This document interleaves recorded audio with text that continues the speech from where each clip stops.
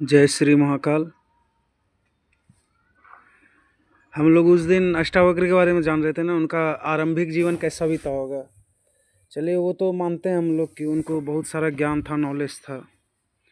सभा का स्टोरी उनके द्वारा लिखा हुआ गीता प्राय कर लोग जो भी होगा वो पढ़ा ही होगा, अष्टावक्र का गीता। इसीलिए थोड़ा, लेकिन अष्टावक्र थे कौन? कहोल ऋषि के पुत्र तो थे ही वो, और उनकी माता का नाम सुजाता था। ये तो जानता ही है, ये कहलगांव जो जिस शहर के हम रहने वाले हैं उसी शहर में अष्टावक्र का ये पुण्य भूमि है। इसी शहर के रहने वाले थे वो, कहलगांव के। ये भागलपुर जिला में पड़ता है कहलगांव आपका।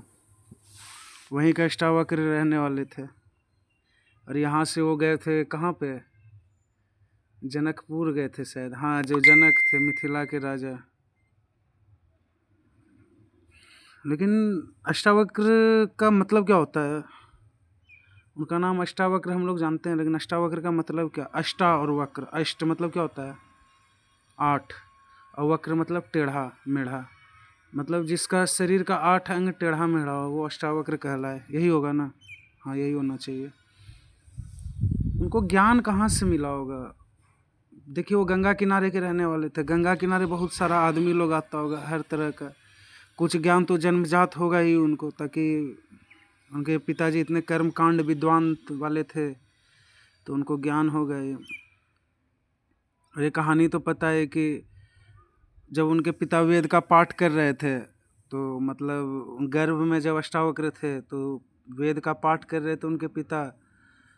तो फिर उनको मतलब गर्भ में ही लगा अष्टावक्र को कि ये मतलब उच्चारण सही से नहीं कर पा रहे हैं उनके पिता, तो गर्भ से ही बोल दिए कि आप गलत बोल रहे हैं। और वो फिर उसी में वो श्राप दे दिए अपने बेटा को अंदर में ही। ठीक है, तो उनका बचपन में देखिए शारीरिक स्थिति तो देखे ही है ना। मतलब अष्टावक्र, उनका नाम से ही लग रहा है कि वो दिव्यांग होंगे।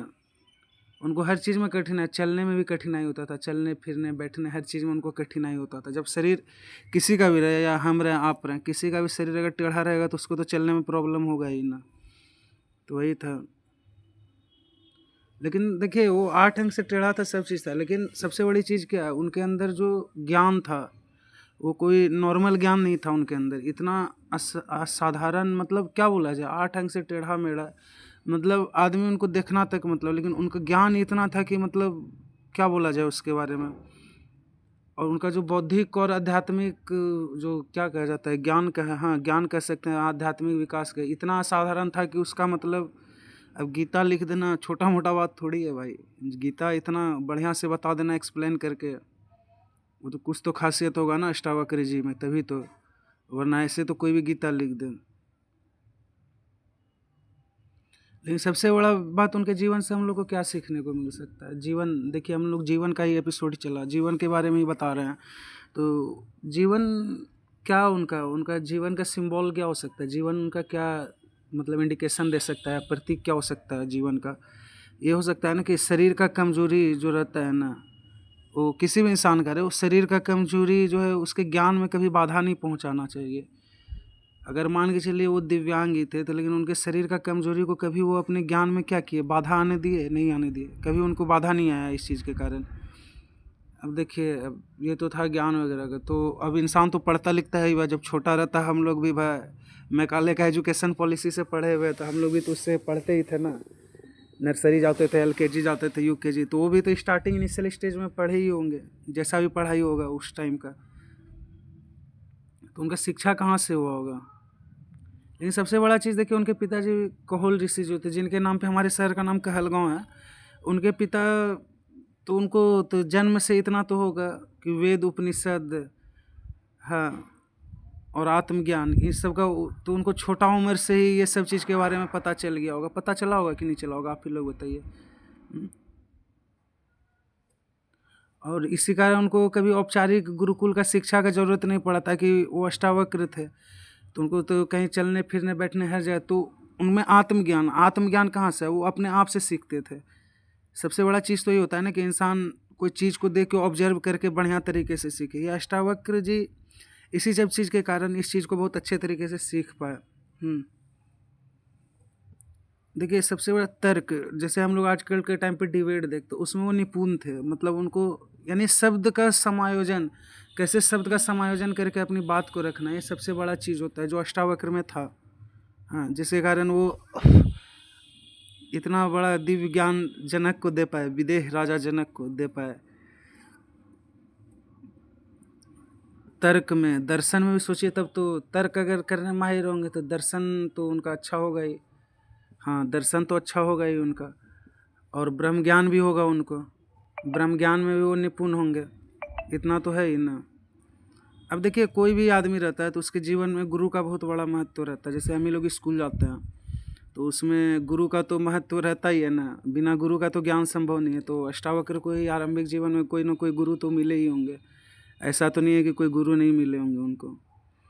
तो देखिए, कहानी तो बहुत सारा है कि जब तक उनके पिताजी जिंदा थे तब तक वही उनको नॉलेज वगैरह हर चीज़ देते थे, चाहे जैसे भी, तो उनको नॉलेज वगैरह हर चीज़ के बारे में उनको निपुण बना, आत्मज्ञान, दर्शन, ये सब के बारे में जितना उनके पास नॉलेज था उतना वो देने का कोशिश की उनको।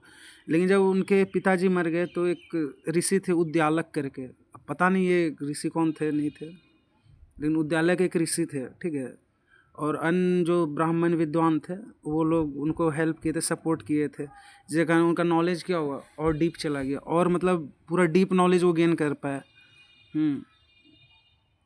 ये सबसे बड़ी बात ये था ना कि वो स्वतः सिद्ध थे। मतलब स्वतः सिद्ध कहने का अर्थ है कि अपने आप में वो इतने सिद्ध थे कि न भूतो न भविष्य तो नहीं कह सकता उस समय तक। मतलब ऐसा अंग का इंसान, इतना नॉलेज और इतना अनबिलीवेबल है आज तक भी।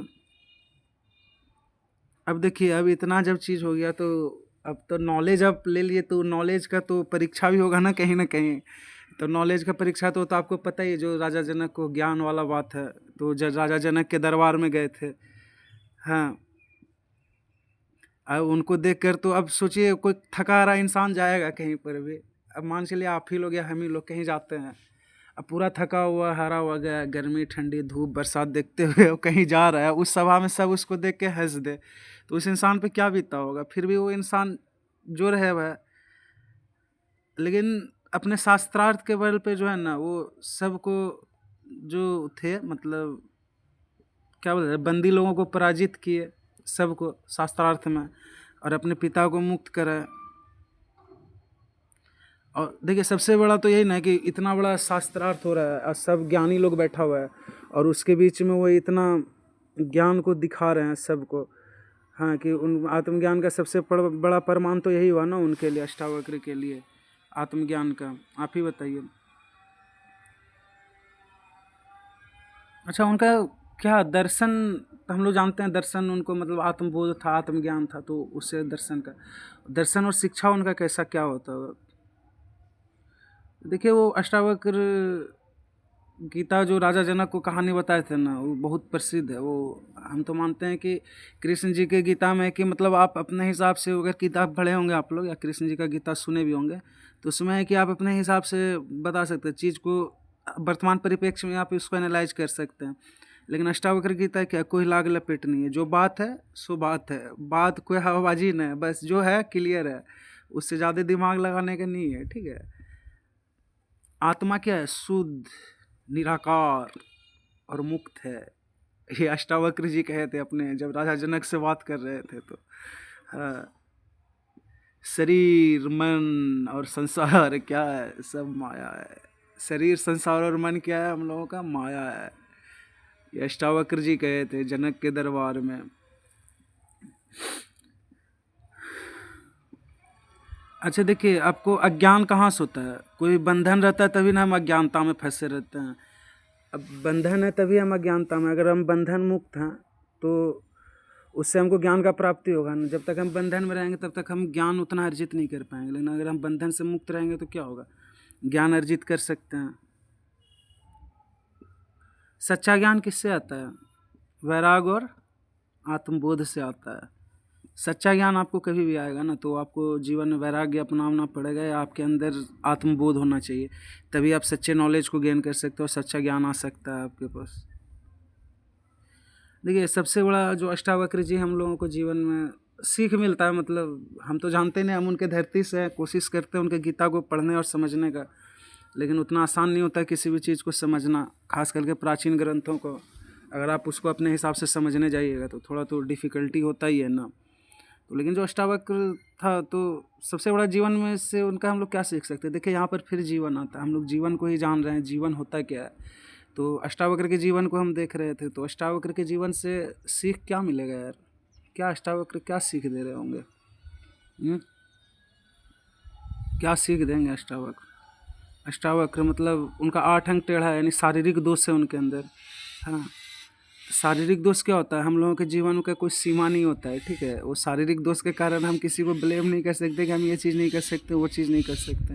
पुरुषार्थ और परिश्रम से हम लोग किसी भी चीज़ को हासिल कर सकते हैं।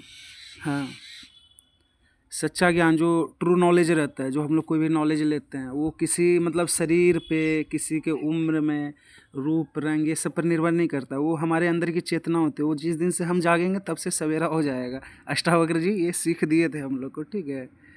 सबसे बड़ा ज्ञान क्या है? आत्मज्ञान। अब ये आत्मज्ञान क्या होता है भाई, अब इस पे कभी डिस्कस करेंगे। सबसे बड़ा ज्ञान जो होता है आत्मज्ञान का होता है। जय श्री महाकाल।